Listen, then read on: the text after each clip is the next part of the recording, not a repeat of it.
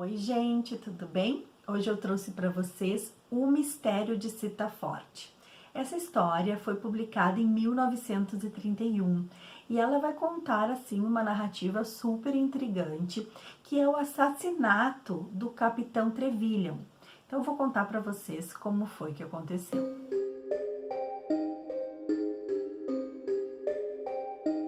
Para a gente entender esse contexto, né?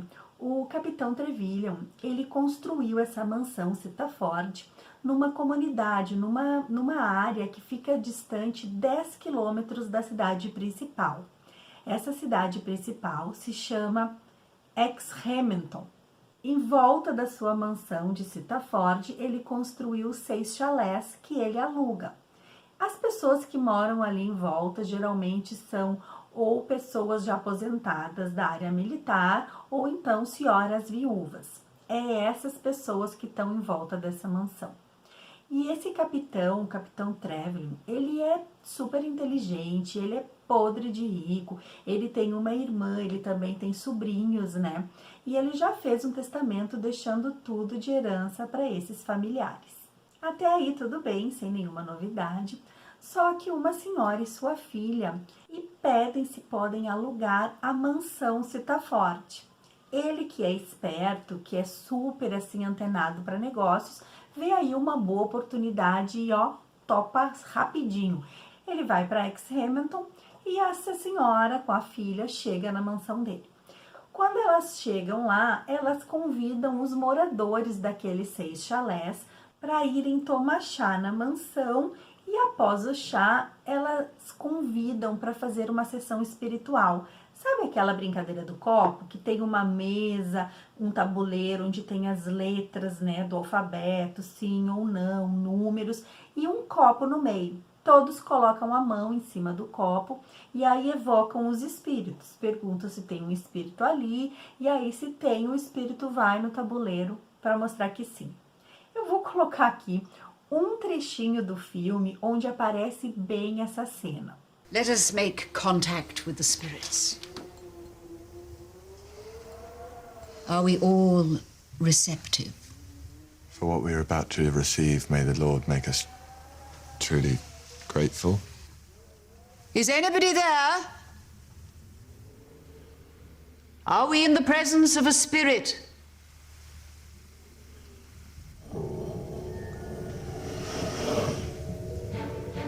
Yes. Do you have a message? Yes. Gente, a nível de curiosidade, vou colocar aqui na descrição, nos cards, o link para ver esse filme. Mas olha, não indico, porque esse filme não tem nada a ver com a história. Foi assim, tipo, baseado aqui, mas coloca até Miss Marple. Coitadinha, a Miss Marple nem está nessa narrativa. O diretor fez uma misturada aqui, coitada da Agatha, deve estar nervosa lá, porque pegaram a história dela e dão aqui uma mexida, uma coisa nada a ver. Então, não recomendo, mas se alguém ficou curioso e quiser saber como pode um diretor dar uma misturada e costurar as histórias de forma aleatória, fica então o link a nível de curiosidade. Voltando então para nossa história, né? Tá todo mundo ali em volta da mesa e aí perguntam se tem algum espírito, o copo diz que sim, e perguntam se alguém vai morrer, ou se alguém está morto, ou se alguém vai morrer. E aí o espírito começa a soletrar exatamente o sobrenome do Capitão Trevelyan. O Major John, que é amigo, assim, amicíssimo do Capitão Trevelyan, se apavora, fica muito preocupado e diz, gente, não é possível, será que ele morreu ou será que ele tá morto? O que será que aconteceu? Eu vou lá na cidade, a 10 quilômetros de distância, saber como é que meu amigo tá. E todo mundo diz, não, não vai, John, é perigoso, tem uma nevasca por aí. Eles não têm contato telefônico, eles estão super distante, no alto de uma colina, 10 quilômetros de distância, mas ele diz, eu preciso saber o que foi que aconteceu. E ele vai a pé, gente, ele calça suas botas e ele vai caminhando na neve. Vocês imaginam enfrentar uma nevasca, vento, frio, neve caindo, neve fofa na estrada, esse homem vai caminhar até chegar lá no bangalô que o Capitão Trevelyan alugou durante aquela temporada. E quando ele chega na cidade de Exmouth, realmente o Capitão Trevelyan tá morto, ele levou uma pancada na cabeça e ele está morto lá naquela cabana. O amigo dele, o John, fica apavorado, chama a polícia, né? E aí então vai começar todo o inquérito. Que história é essa que um copo, um espírito sabia que o capitão estava morto ou ia morrer?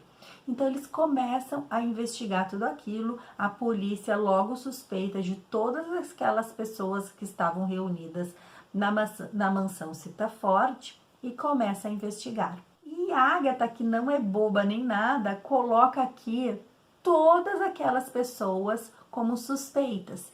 E de fato, cada uma tem uma história, tem um enredo ali mirabolante, cada uma poderia de fato ser então o assassino do capitão. Porque todas guardam segredos e a gente vai descobrir ao longo das páginas que segredos eram estes. As coisas começam a ficar mais claras quando o testamento do capitão é lido, porque lembram, ele tinha deixado o dinheiro dele, o montante, aquelas casas, a mansão, para a irmã e os sobrinhos. E adivinhem quem está hospedado numa pousada bem pertinho da casa do capitão? O Jim, o sobrinho dele, que não era um bom elemento e já tinha inclusive, roubado algum dinheiro do tio. Então logo ele é apontado como o suspeito principal, como aquele que tinha interesse na morte do tio, já que ele ia herdar dinheiro e também porque ele já tinha roubado uma certa quantia. Então esse sobrinho é preso. E aí é que vão aparecer os personagens principais da história, porque a gente tem um jornalista super querido, malandro, bem de boa, que é o Charles, que ele vem para cobrir esse acontecimento, né? Escrever a história do que foi que aconteceu, do capitão que foi morto, né? E se é o sobrinho que é o mandante, o assassino desse crime. Então o Charlie vem para essa comunidade, mas também está nessa comunidade a Emily, que é a noiva do Jim, e acredita sim que ele é inocente e ela faz de tudo para provar sua inocência. Então nós temos um jornalista super querido, super malandro ali, né?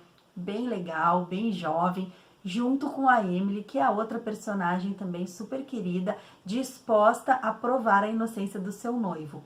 Os dois vão se unir nessa tarefa. E apesar da Emily ser noiva do Jim e estar fazendo o possível para ajudá-lo, a gente vai vendo que tem uma química entre o Charlie e a Emily, né?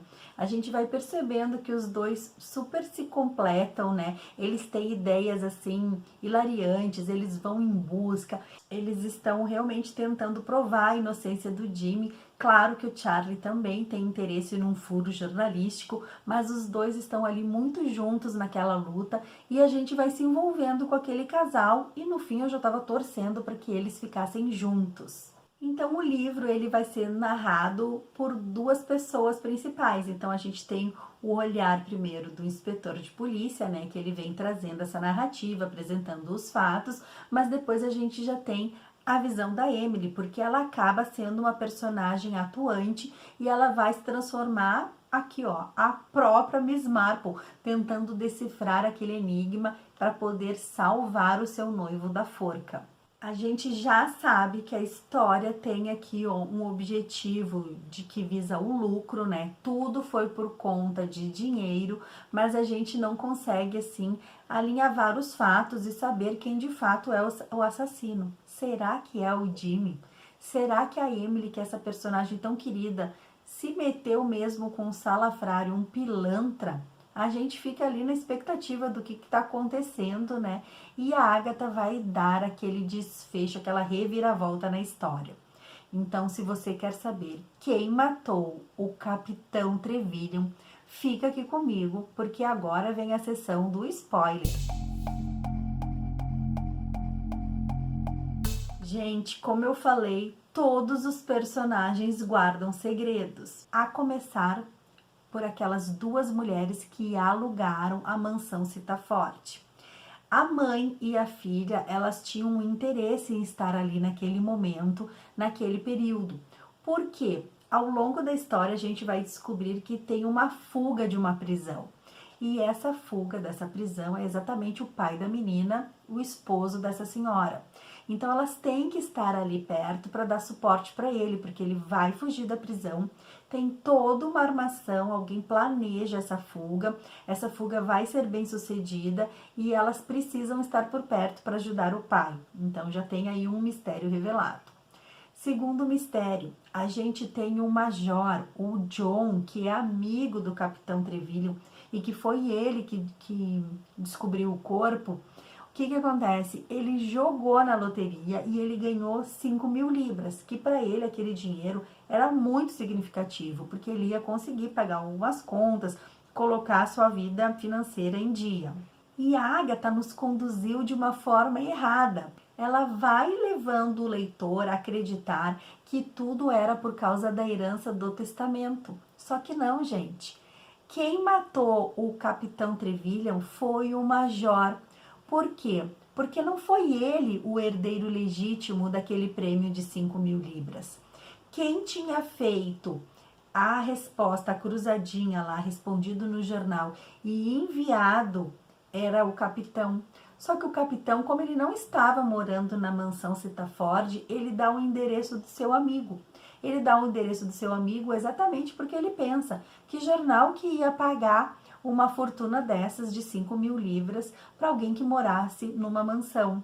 Então ele utilizava o endereço dos empregados, de amigos, sempre para despistar o jornal e ser merecedor daquele prêmio. Quando o major recebe a carta do correio na sua casa dizendo que ele recebeu o prêmio, ele não acredita, porque como pode? Ele é pobre, ele não tem nada, ele é viúvo, ele não tem nada na vida dele, e o outro ser rico, ter sobrinhos, ter família e ainda ter grana.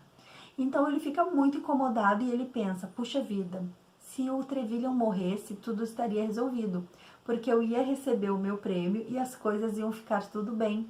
E ele tem a cara de pau de pegar um esqui e descer aquela colina voando, correndo. Ele chega lá, ele mata o amigo dele, mas aí ele tem que esconder a bota e os esquis, porque lembrem, ele tinha dito que ele ia a pé, caminhando a pé, um percurso de 10 quilômetros. Então ele esconde dentro da lareira e a polícia nem suspeita que ele possa ter sido o assassino, porque quando ele chegou lá, o corpo já estaria até frio, né? Porque caminhar 10 quilômetros não é fácil não, levam horas. Ainda mais enfrentando uma tempestade, uma nevasca. Então o major, ele tem um álibi perfeito, que é o tempo, porque ninguém nem suspeita que ele desceu toda aquela colina de esqui. Só que o Charlie e a Emily vão descobrir. Ela vai descobrir dentro do armário do Capitão Trevelyan 2 esquis. E ela fica achando aquilo muito estranho. Por que que alguém teria 2 pares de esquis? E aí ela vai medir as botas e ela vai ver que as amarras estão em posições e tamanhos diferentes. Logo ela vai perceber, um esqui é o do capitão, mas o outro não é. E só pode ser do assassino. Ela leva todas essas informações para a polícia e eles se reúnem todos novamente para fazer de novo o jogo do copo. E a ideia é evocar o capitão ali para que o capitão pudesse contar quem era o seu assassino. Gente, tem uma coisa assim meio engraçada, meio misteriosa, que a Agatha gosta de movimentar as histórias dela, né? E aí a polícia vem e prende o major pelo crime. E aí a gente pensa, a justiça foi feita, né? Só que a Agatha continua com aquele ar meio casamenteiro e a gente quer saber com quem a Emily vai ficar. Então a história, que era uma história policial, já tá se transformando num romance, né? Porque a gente tem aí os 2 personagens. O sobrinho pilantra que roubou o dinheiro e tá preso e também está sendo acusado do crime do tio. E nós temos o jornalista super legal, gente fina, que é o Charlie. E aí a Emily vai arrumar as suas malas, porque ela tem que voltar para Londres para poder levar as notícias, né, e salvar aquele noivo, né? Ela também vai atrás do antigo emprego dele para tentar mostrar que ele não é uma má pessoa, né? Que ela vai colocar ele nos eixos. Quando a senhora Curtis pergunta para ela: "E aí, qual dos dois vai ser o felizardo?" E como se não bastasse tudo isso, a Emily fica olhando assim. O Charles pega ela e começa a dizer: "Emily, naturalmente não seria correto eu tocar nesse assunto antes de que todo o mistério fosse resolvido, por causa do seu noivo na prisão. Mas agora que já está tudo esclarecido, bem, você tem que me aceitar. Eu sou louco por você." E aí a Emily fala: "Charles, do que você está falando? Você sabe muito bem, Emily, eu sou louco por você e eu sei que você gosta de mim. Jim foi apenas um equívoco. O que eu quero dizer é que nós dois fomos feitos um para o outro. Durante todos esses dias nós tínhamos consciência disso, não é mesmo? Eu gostaria de me casar com você, no civil, no religioso, aonde você quiser." Aí a Emily olha para ele e diz: "Você está me pedindo em casamento?" "Nada feito." "Como assim?" ele pergunta. "Charles, eu amo Jim, eu sou apaixonada por ele." E aí o Charles fica assim: "Não, você não pode amá-lo, você não pode amá-lo." Só que nessa mesma hora já chega ali na cidade um inspetor famoso, já aposentado. E o Charles já vê a chance de fazer uma entrevista com ele e publicar no jornal. Então, o seu lado jornalístico fala mais alto e na mesma hora o Charles larga a Emily para poder se dedicar à profissão. E ela sabe que ela fez a escolha certa, né? Porque ela ama o Jimmy e ela sabe que o Jimmy precisa muito mais dela do que o Charlie. Então a Emily, quando ela está saindo da cidade para ir de volta para Londres, né? Ela está na companhia da senhora Curtis, né? E a senhora Curtis, ela fala assim: "Você tem certeza da sua escolha, Emily? Será que esse cavalheiro não é tão merecedor de afeto como o que está lá em Londres?" E a Emily diz: "Oh, não, senhora Curtis, eu tenho certeza. O Charles é o tipo de rapaz que nasceu para subir sozinho na vida. Não sei o que aconteceria ao meu namorado se eu não tivesse alguém para olhar por ele. Sabe-se lá aonde ele estaria agora, se não fosse por mim." E a senhora Curtis olha para ela e diz: "Você é o retrato vivo da minha bisavó. Ela fez tudo o que podia para salvar aquele malandro da falência. A hospedaria estava hipotecada, mas dentro de 2 anos ela pagou todas as prestações e o local recuperou seu prestígio." As duas se despedem, né? A Emily vai embora e a senhora Curtis fica parada pensando e diz: de fato, o meu bisavô era até bem bonitão. E depois que ele casou com a minha bisavó, jamais voltou a pôr os olhos em qualquer outra mulher. Até porque ela jamais deixaria. Então dá a entender que os dois vão ficar juntos e o Jimmy vai entrar nos eixos e a Emily vai ser muito feliz ao lado do homem que ela escolheu. É isso aí, gente. Eu me despeço por aqui. Eu espero que vocês tenham gostado de O Mistério de Sitaford. Fica aí, então, a minha dica para esse domingo. Desejo a vocês uma Páscoa abençoada, repleta de coisas boas, de renovação, de esperança, de muita fé num mundo melhor. Beijo grande e até o próximo encontro. Tchau, tchau!